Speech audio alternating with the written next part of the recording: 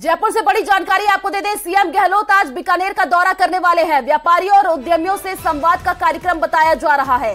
तो ये बड़ी जानकारी आपको दे रहे हैं। सीएम अशोक गहलोत का आज बीकानेर दौरा रहने वाला है।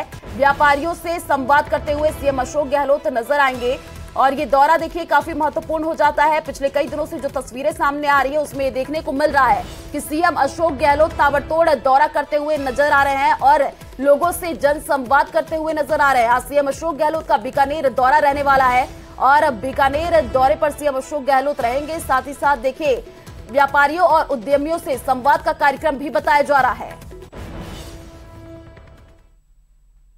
तो आज संकल्प सप्ताह कार्यक्रम का शुभारंभ होगा। पीएम मोदी सुबह 10 बजे शुभारंभ करेंगे। दिल्ली के भारत मंडपम में यह कार्यक्रम होगा। 329 जिलों के 500 आकांक्षी ब्लॉकों में देखिए ये लागू होगा और 7 जनवरी 2023 को प्रधानमंत्री की ओर से लॉन्च किया गया था। इसका उद्देश्य नागरिकों के जीवन की गुणवत्ता को बढ़ाने के लिए ब्लॉक स्तर पर गवर्नेंस में सुधार करना है।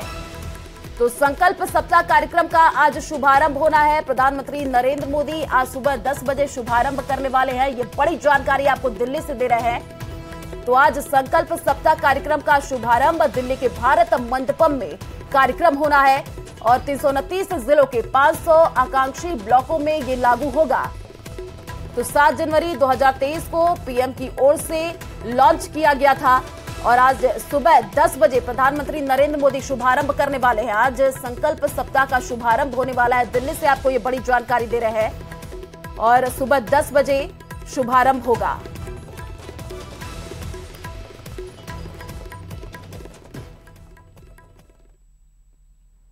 तो पूर्व मुख्यमंत्री वसुंधरा राजे सिंधिया ने अलवर के राजगढ़ उपखंड में चल रहे पदयात्रा महासंगम में शिरकत की है। 2 दिन तक चलने वाले इस कार्यक्रम में पहुंचकर उन्होंने नारायणी माता मंदिर में पूजा अर्चना भी की। इस दौरान उन्होंने राज्य में बीजेपी की सरकार बनने का भरोसा जताया। साथ ही वादा किया कि हम अगर सत्ता में आते हैं तो खराब सड़कों की समस्या को खत्म कर दिया जाएगा।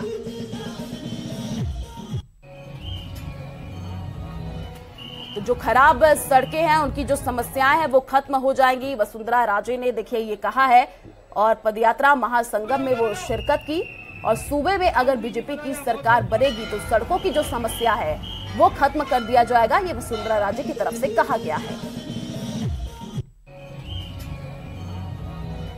रास्ते पे चलने का काम हुआ है, मुझे कितना कष्ट हुआ है मैं खाली आपको दिखाना चाहता हूँ। मैं देख लिया महाराज, देख लिया और रोड भी बन जाएगा। वो तिगड़ी वाला रोड तो बन ही जाएगा और ये वाला रोड भी मत छोड़ना। जो भी भारतीय जनता पार्टी के सरकार आती है तो वो काम होगा। और महाराज मैं आप लोगों को कहूँ कि हमारे संत महात्मा का ही कारण है जिन्होंने हमेशा ताकत देने का मुझे दिया। जयपुर से बड़ी खबर का रुख कर लेते हैं। बड़ी जानकारी आपको दे दें, बीसलपुर पेयजल योजना का शटडाउन रहेगा। सुबह 9 बजे से रात 9 बजे तक शटडाउन रहने वाला है। आज और कल जयपुर वासियों को पेयजल की समस्या हो सकती है। 400 mm व्यास के स्क्वायर वाल्व की मरम्मत के कारण ये शटडाउन हो रहा है। आपको बता दें कि 1 साल में 7वीं बार बीसलपुर योजना यहाँ पर जो है वो पेयजल वो शटडाउन होगा।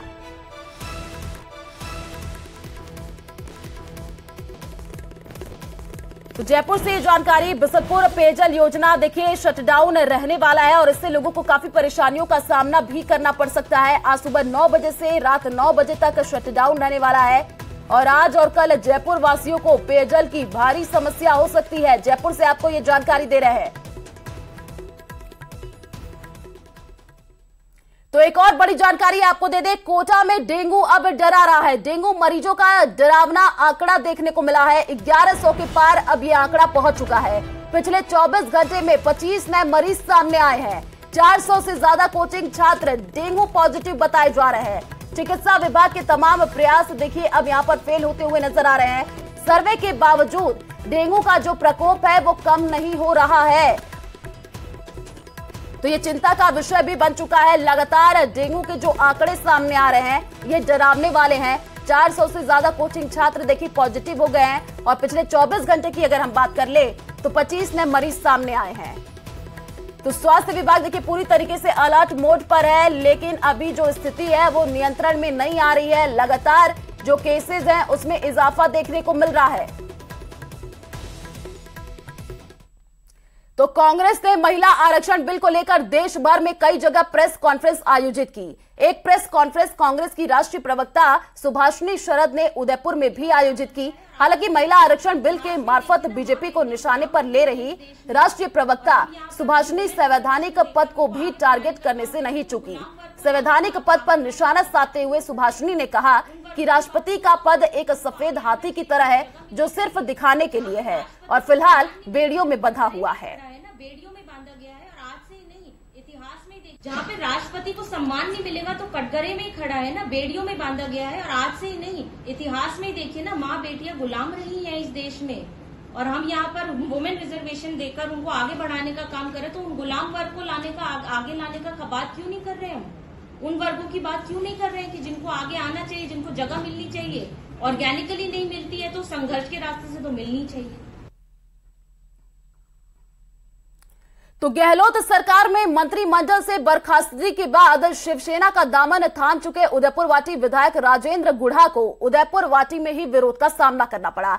दरअसल राजेंद्र गुढ़ा राजकीय महाविद्यालय के भवन का लोकार्पण करने पहुंचे थे। इस दौरान गहलोत समर्थकों ने उनके खिलाफ नारेबाजी शुरू कर दी। इस दौरान गुढ़ा समर्थक कार्यकर्ता भी वहां पहुंच गए। नौबत हाथापाई तक पहुंच गई। मौके पर मौजूद पुलिस ने दोनों पक्षों के समर्थकों को शांत करवाया। तो देखिए, गहलोत और गुढ़ा समर्थक यहां पर आमने सामने हो गए। तस्वीर के माध्यम से भी आप देख पा रहे हैं, गुढ़ा का विरोध किया गया जैसे ही वो पहुंचे और गहलोत समर्थकों ने जमकर नारेबाजी भी की और गहलोत और जो गुढ़ा समर्थक है आमने सामने देखने को मिले। पुलिस ने बीच बचाव करके मामले को शांत कराया।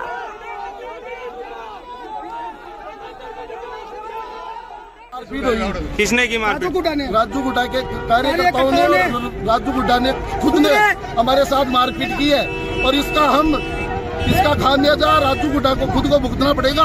मारपीट क्यों की आपके साथ में? क्योंकि हमने अशोक गहलोत के नारे लगा रहे थे, अशोक गहलोत के नारे लगा रहे थे, हमारे साथ मारपीट हुई है। तो प्रदेश में उपराष्ट्रपति और प्रधानमंत्री के राजस्थान दौरे को लेकर मुख्यमंत्री अशोक गहलोत के बयान पर केंद्रीय मंत्री गजेंद्र सिंह शेखावत ने पलटवार किया है। शेखावत ने कहा कि हाल के दिनों में उनमें खिसियाहट सी आ गई है। वे उपराष्ट्रपति, प्रधानमंत्री और न्यायपालिका तक पर टिप्पणियां कर रहे हैं। मुख्यमंत्री गहलोत कहते हैं कि प्रधानमंत्री अब तक 7 बार राजस्थान आ चुके, लेकिन उन्हें ध्यान में होना चाहिए कि जयपुर की परिवर्तन संकल्प यात्रा के एक राजनीतिक कार्यक्रम को छोड़कर शेष कार्यक्रम सरकारी थे। वहीं केंद्रीय मंत्रियों के चुनाव लड़ने के सवाल पर गजेंद्र सिंह शेखावत ने कहा कि विधानसभा चुनाव कौन लड़ेगा या नहीं, यह नीतिगत फैसला पार्टी का संसदीय बोर्ड तय करता है। यदि वह किसी मंत्री को आदेश देगा तो उसे चुनाव लड़ना ही होगा, लेकिन यह बात तय है कि पार्टी जो काम सौंपेगी उसे पूरी ईमानदारी, निष्ठा और उत्साह के साथ करेंगे। भारत की सरकार द्वारा राजस्थान को दी गई या तो कोई सौगात का लोकार्पण करने के लिए आए होंगे, या शिलान्यास करने के लिए आए होंगे, या अनाउंस करने के लिए आए होंगे।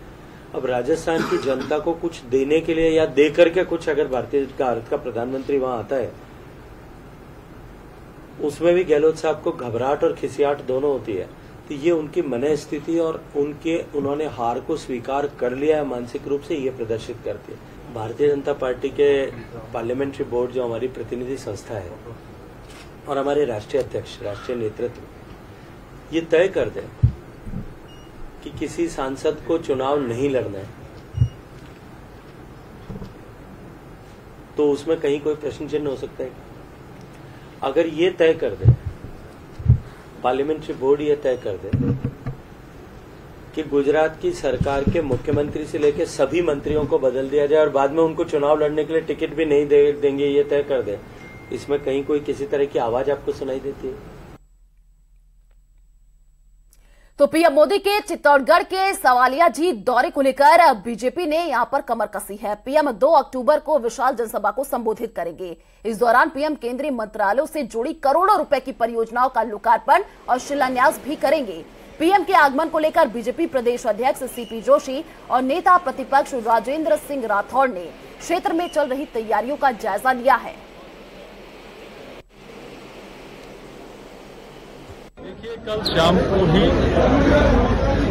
हमें सूचना मिली, ज्ञात हुआ कि आदरणीय प्रधानमंत्री नरेंद्र मोदी जी का चित्तौड़ सांवलिया जी में कार्यक्रम बना है और हम सब लोगों का सौभाग्य कि आदरणीय प्रधानमंत्री नरेंद्र मोदी जी का मार्गदर्शन मेवाड़ की धरा को मिलेगा, बागड़ की धरा को मिलेगा और यहाँ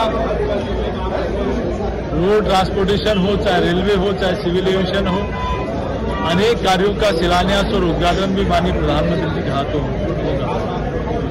आज सुबह ही सभी लोगों को आग्रह किया गया और सब लोगों में उत्साह है, जोश है कि आदरणीय प्रधानमंत्री जी को सुनने का अवसर, उनसे मिलने का अवसर सब लोगों को मिलेगा। तो झुंझुनू से बड़ी जानकारी आपको दे दें, सीएम गहलोत का मैराथन दौरा देखने को मिल रहा है। आज बिसाऊ के दौरे पर सीएम गहलोत रहने वाले हैं। क्या कार्यक्रम है वो आपको बता दें। सुबह 11:30 बजे बिसाऊ पहुंचने का कार्यक्रम बताया जा रहा है। 19 विकास कार्यों का लोकार्पण और शिलान्यास करने वाले हैं। धोलपालिया जोहड़ में जनसभा को भी संबोधित करेंगे। सीएम गहलोत दोपहर 1 बजे बीकानेर के लिए रवाना होंगे। तो झुंझुनू से आपको ये बड़ी जानकारी दे रहे हैं। सीएम अशोक गहलोत का देखिए मैराथन दौरा देखने को मिल रहा है। आज 19 विकास कार्यों का लोकार्पण और शिलान्यास सीएम अशोक गहलोत करने वाले हैं। तो सीएम अशोक गहलोत दोपहर 1 बजे बीकानेर के लिए रवाना होंगे। ये बड़ी जानकारी आपको देना है। पिछले कई दिनों से देखिए जो तस्वीर सामने आई उसमें ये देखने को मिल रहा है कि सीएम अशोक गहलोत लगातार अब ताबड़तोड़ दौरा करते हुए नजर आ रहे हैं और आज बिसाऊ के दौरे पर सीएम अशोक गहलोत रहने वाले हैं। क्या कार्यक्रम है वो भी हमने आपको बताया। सुबह 11:30 बजे देखिए बिसाऊ पहुंचने का कार्यक्रम सीएम अशोक गहलोत का बताया जा रहा है और 19 विकास कार्यों का लोकार्पण और शिलान्यास आज किया जाएगा। तो कोटा में प्रदेश का दूसरा पासपोर्ट कार्यालय शुरू हो गया है, जिसका फायदा 15 जिलों को होने वाला है। यहां के लोग अब आसानी से पासपोर्ट बनवा सकेंगे। पासपोर्ट कार्यालय का लोकार्पण केंद्रीय विदेश राज्य मंत्री वी मुरलीधरन ने किया। आपको बता दें कि कोटा का यह दूसरा पासपोर्ट कार्यालय देश का 37वां कार्यालय होगा। कोटा में शुरू किया गया ये पासपोर्ट कार्यालय अत्याधुनिक सुविधाओं से लैस होगा, जहां आपको सभी सुविधाएं मिलेंगी। जिन 15 जिलों को इस कार्यालय से सीधे सीधे लाभ होगा उनमें बूंदी, बारा, झालावाड़, सवाई माधोपुर, चित्तौड़गढ़, भीलवाड़ा, उदयपुर और प्रतापगढ़, डूंगरपुर शामिल हैं।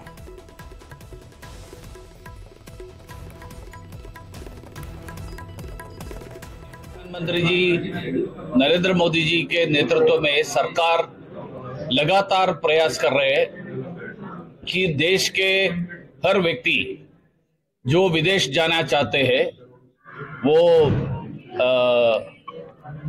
एक मजदूर के नाते, लेबर के नाते, प्रोफेशनल के नाते या पढ़ाई के लिए, उन सब के लिए पासपोर्ट की सुविधा मिल जाए।